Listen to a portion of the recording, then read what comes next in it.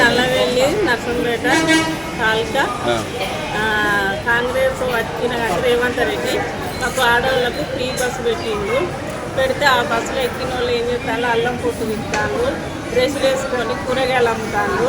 రేవంత్ రెడ్డి మంచిగా చేసినందుకు మనకు ఫ్రీగా పెట్టినందుకు మన ఆడవాళ్ళకి గౌరవంగా పోయి గౌరవంగా రావాలి. మీరు దయచేసి అట్లా చేయకుంది మన రేవంత్ రెడ్డి పరువు కాపాడండి. రెడ్డి గారు మహిళల కోసం మహాలక్ష్మి పథకం కింద ఉచిత బస్సు సౌకర్యాన్ని కల్పించారు.